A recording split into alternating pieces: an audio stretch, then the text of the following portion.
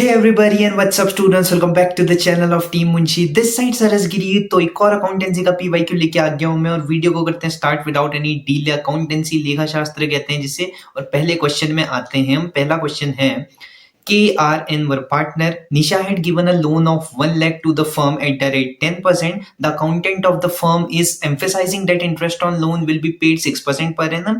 तो किस रेट में इंटरेस्ट ऑन लोन देना चाहिए? निशा कह रही है मेरे को तो 10% चाहिए, मैंने जो लोन दे रखा है फर्म को, लेकिन अकाउंटेंट कह रहे हैं 6% लगेगा भाई लोन। क्वेश्चन में कहीं भी मेंशन नहीं करे कि पार्टनरशिप डीड बनाई गई है या नहीं गई है। तो क्वेश्चन में कहीं भी मेंशन ना करा हो तो तुम्हें ये मानना है पार्टनरशिप डीड नहीं बनाई गई है। तो पार्टनरशिप डीड अगर नहीं बनाई गई है तो 6% करेक्ट कह रहे हैं हमारे अकाउंटेंट साहब, मुंशी साहब, टीम मुंशी से पढ़ के गए हैं शायद। तो ऑप्शन ए हमारा करेक्ट होगा। 6% पर एनम के हिसाब से हम इंटरेस्ट ऑन लोन देंगे। सेकंड क्वेश्चन में आते हैं।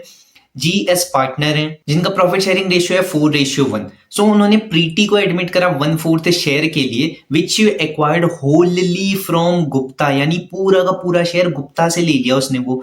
New profit sharing ratio of Gupta Sharma Preeti will be. तो न्यू प्रॉफिट शेयरिंग रेशियो क्या होगा ये देखते हैं। अब देखो हमें एक चीज तो पता है, प्रीति का जो प्रॉफिट शेयरिंग रेशियो होगा वो 1/4 होने वाला है। और जो गुप्ता है, गुप्ता का जो प्रीवियस शेयर था वो था 4/5। 4/5 में से पूरा का पूरा शेयर प्रीति ने ले लिया 1/4। सो 1/4 पूरा का पूरा उसने गुप्ता से ले रखा है। इसको जब हम सॉल्व करें तो यह आ रहा है 16 - 5 डेट इज 11। गुप्ता का 11/20, प्रीति का 1/4। इसको भी 20 में कन्वर्ट करना होगा, मल्टीप्लाई बाई 5 और यहाँ भी 5, तो ये 20 हो जाएगा कन्वर्ट, तो 5/20। उसके साथ साथ शर्मा का जो पुराना शेयर था उसका तो पुराना वैसा ही रहेगा क्योंकि कोई शेयर उसने ना दिया है ना लिया है किसी से, लेकिन इसको भी हमें कन्वर्ट करना पड़ेगा डिनोमिनेटर सेम करने के लिए। सो 4 डिवाइडेड बाई 4 जो आ गया हमारा 4/20। तो ये शर्मा का शेयर है, ये गुप्ता का शेयर है, ये प्रीति का शेयर है। तो हमारा शेयर क्या बनेगा? गुप्ता, शर्मा और प्रीति का। सो गुप्ता का है 11/20, सो 11 रेशियो, फिर है शर्मा का जो है 4 रेशियो, प्रीति कितने के लिए आई? 5 के लिए 5। So 11:4:5 is the correct answer. Option number B correct होगा। आगे बढ़ते हैं। आदित्य, विशेष, निमेश पार्टनर हैं, प्रॉफिट लॉसेस इक्वली शेयर कर रहे हैं। Okay ji. Aditya died on 1 January. Oh बड़ी बुरी बात है। Remaining partner decided to continue the business of the firm and decided to share future profit. इस रेशियो में हम फ्यूचर प्रॉफिट बांटेंगे। तो ये हमसे कह रहा है गेनिंग रेशियो पता करो विशेष और निमेश का कितना होगा। तो गेनिंग रेशियो का एक फॉर्मूला होता है, gaining ratio is equal to new ratio minus old ratio. तो अगर ये आंसर हमारा प्लस में आ रहा होगा इसका मतलब गेन हो रखा है, अदरवाइज माइनस में आ रहा होगा तो इसका मतलब क्या हो रखा है? सेक्रीफाइस हुआ है। तो हम सबसे पहले निकालेंगे आदित्य का कितना बनता। आदित्य और विशेष तो इक्वली कर रहे हैं तो 1:1 है। आदित्य का निकालेंगे हम, नया रेशियो है 4/7, सो 4 डिवाइडेड बाई 7 माइनस पुराना कितना था 1/2। तो ये आ गया हमारा 7 2 14 हो गया, तो 4 2 8, 8 - 7 होता है 1, सो 1/14 आ गया ए का। अब हम निकालेंगे विशेष का। विशेष को मिला है नया रेशियो 3/7 माइनस पुराना रेशियो था 1/2, तो ये भी 14 आ गया। 3 2 हो गया 6, 6 - 7 होता है 1, तो ये भी 1/14 आ गया और ये भी 1/14 आ गया। तो रेशियो क्या बने? 1:1। सो 1:1 इज द करेक्ट आंसर। आगे बढ़ते हैं। Vishant limited invited application for issuing 6000 equity share को उसने इनवाइट करा। 10 रुपए का ईच था, 10% प्रीमियम यानी 1 रुपए इसमें प्रीमियम है। The issue was fully subscribe पूरी तरीके से कर दिया। एप्लीकेशन मनी में 3 रुपए मिले, अलॉटमेंट में 3 रुपए मिले इंक्लूडिंग प्रीमियम, यानी 1 रुपया भी मिल रखा है यहाँ पे को। ऑन फर्स्ट कॉल 3 रुपए मिले, फाइनल कॉल में 2 रुपए मिले। आशीष 200 शेयर का होल्डर था तो उसने क्या करा? पूरा का पूरा अमाउंट अलॉटमेंट के साथ ही दे दिया। मतलब जो आगे की कॉल्स थी उन कॉल का भी पैसा उसने अलॉटमेंट में ही दे दिया पहले से एडवांस में। तो क्वेश्चन हमसे पूछ रहे हैं अलॉटमेंट में टोटल कितनी अमाउंट आई हमारे पास। तो सबसे पहले तो ये देखेंगे आनी कितनी चाहिए थी। आनी चाहिए थी 3 रुपए। हम करेंगे प्रीमियम को यहाँ पे को इग्नोर, क्योंकि जब हमें निकालना होता है अमाउंट कितनी आई अलॉटमेंट में, तो ये हमसे पूछ रहा है अलॉटमेंट अकाउंट कितने से हुए डेबिट, क्योंकि प्रीमियम तो जो है सिक्योरिटी प्रीमियम अकाउंट में जाएगा, हमें खाली अलॉटमेंट अकाउंट का देखना है। तो 3 रुपए आए, कितने शेयर्स में आए? 6000 शेयर्स। सो 6000 इंटू 3 करेंगे, ये आ जाएगा 18,000 रुपए ये आए, प्लस जो ये 200 शेयर थे, 200 शेयर का पैसा जो कॉल का था उसने ऑलरेडी पे कर दिया अलॉटमेंट में। मतलब ये 3 और 2 रुपए 5 रुपए हुए, 5 रुपए भी उसने अलॉटमेंट में दे दिए। सो 200 इंटू 5 करेंगे तो ये आ गया 1000 रुपए। तो 1000 रुपए भी उसने एडवांस में दे दिए थे, जो आ रहा है हमारा 19,000 रुपए। ऑप्शन बी करेक्ट हो जाएगा। और इसका सेकंड पार्ट देखते हैं। एम लिमिटेड forfeited 5,000 शेयर ₹10 का ईच था, प्रीमियम था 10% यानी ₹1 हो गया यहाँ पे को for non payment of final call, ₹2 नहीं दिए उसने।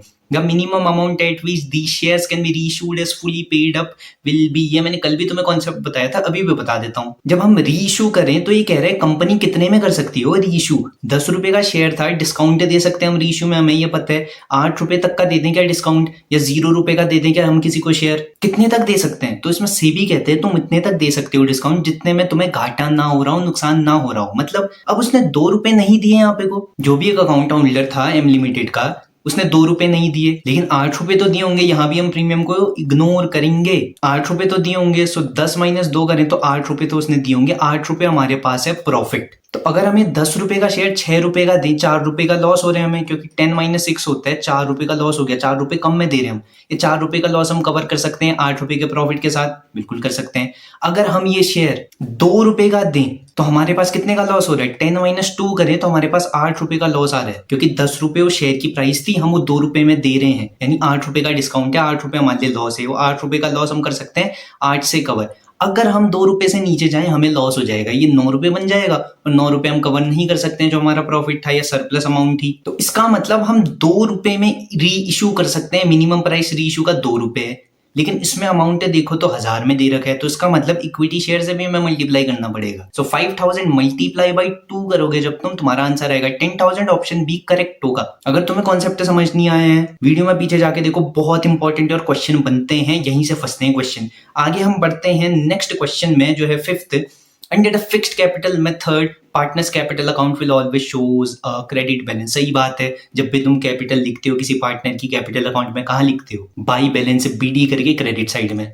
रीजन क्या दे रखे हैं? अंदर a fixed capital method all items like share of profit, interest capital, drawing वगैरह ये सब रिकॉर्ड कराते हैं एक सेपरेट अकाउंट में, जिसको कहते हैं पार्टनर्स करेंट अकाउंट। सही बात है, पार्टनर्स करेंट अकाउंट में ये जो छोटी मोटी ट्रांजेक्शन है, फ्लक्चुएटिंग ट्रांजेक्शन, उसको हम करेंट अकाउंट में रिकॉर्ड कर देते हैं, जिसकी वजह से जब हम कैपिटल को रिकॉर्ड करें कैपिटल अकाउंट के अंदर, वो सब क्रेडिट में हो जाते हैं रिकॉर्ड, क्योंकि वो परमानेंट कैपिटल है। तो रीजन भी सही है, असर्शन का, असर्शन रीजन दोनों सही है, और रीजन बहुत अच्छा एक्सप्लेन कर रहा है असर्शन को, तो इसका करेक्ट आंसर होगा ऑप्शन नंबर ए। 7th में आते हैं, सॉरी 6th में। वी ए पार्टनर है, प्रॉफिट लॉसेस में शेयर करते हैं वो, कैपिटल है 5 lakh, 1 lakh, interest on capital देना है 8%, और अन्य को सैलरी देनी है 5000 पर मंथ, यानी साल का निकालना पड़ेगा मल्टीप्लाई बाई 12 करके।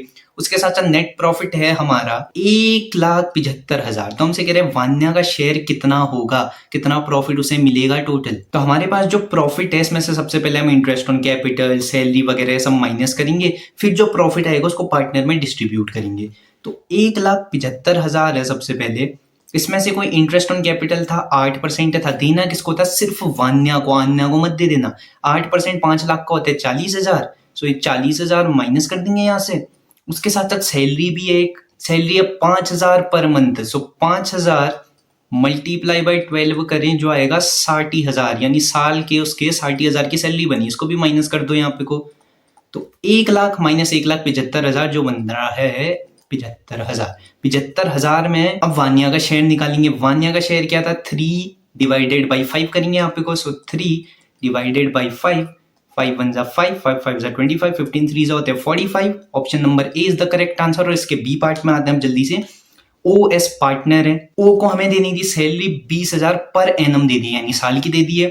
शिवा को सैलरी देनी थी 50,000 पर एनम, ये भी साल की है। नेट प्रॉफिट कितना है साल का? After charging Omkar and Shiva salary was 5,60,000, मतलब ये पहले से ही हमने डिडक्ट कर दिया, चार्ज कर दिया प्रॉफिट में। उसके बाद जो डिविजिबल प्रॉफिट बचा है, जो देना था एक्चुअली, वो है 5,60,000। The total amount credited to Omkar capital account will be, तो ओमकार को टोटल अमाउंट कितना मिलेगा कह रहे कैपिटल अकाउंट में। तो कैपिटल अकाउंट में अगर तुम्हें याद हो, हम प्रॉफिट तो देते थे, उसके साथ साथ interest on capital, interest on drawing, ये सारी चीजों की भी एडजस्टमेंट करते थे। तो हमें प्रॉफिट भी प्लस करना पड़ेगा, इंटरेस्ट ऑन कैपिटल भी प्लस करना पड़ेगा, कोई सैलरी है उसे भी एडजस्ट करना पड़ेगा। तो हम क्या करेंगे, 5,60,000 में से सबसे पहले हम निकाल लेंगे प्रॉफिट कितना मिलेगा हमारे ओमकार जी को। कुछ दिया नहीं है तो इक्वली शेयर करेंगे, इसका मतलब 1/2 हो गया। 2 2 जा 4, 2 8, 2,80,000। अब 2,80,000 में ओमकार को हमारी सैलरी भी मिल रही थी जो है 20,000। सो 20,000 यहाँ पे को ऐड कर दें तो हमारा बनता है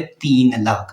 3 लाख हमारा करेक्ट आंसर होगा, ऑप्शन नंबर डी। आगे बढ़ते हैं सर्च एंड रीजन में। Interest on bearers debenture is paid to a person who produces the interest coupon attached to such debenture. सही बात है। और bearer debenture are transferred by way of delivery and the company does not keep any record of these debenture. बहुत simple सा question है, तुम comment में बताओ इसका आंसर क्या है। हम बढ़ते हैं आगे वाले क्वेश्चन में जो है क्वेश्चन नंबर 8।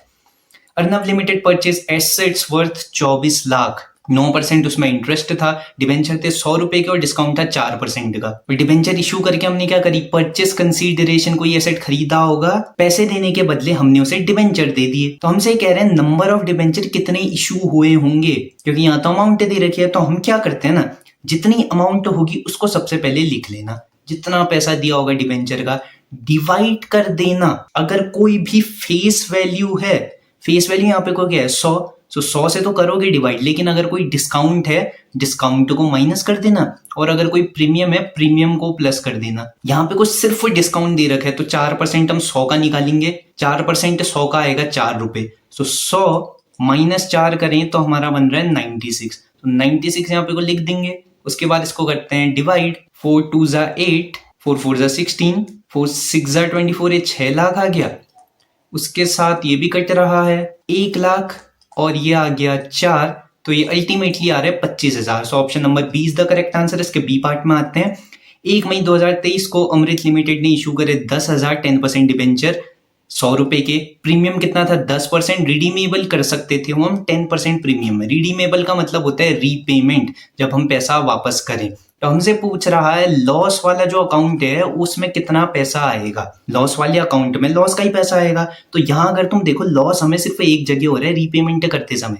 जब हम रीपे कर रहे हैं वो कह रहे हैं 10% हम बढ़ा के रीपे कर रहे हैं। बढ़ा के कर रहे होंगे मतलब ज्यादा पैसा लगा रहे हैं अपनी जेब से। कितना ज्यादा, 10%। तो 100 का 10% होता है 10 रुपए।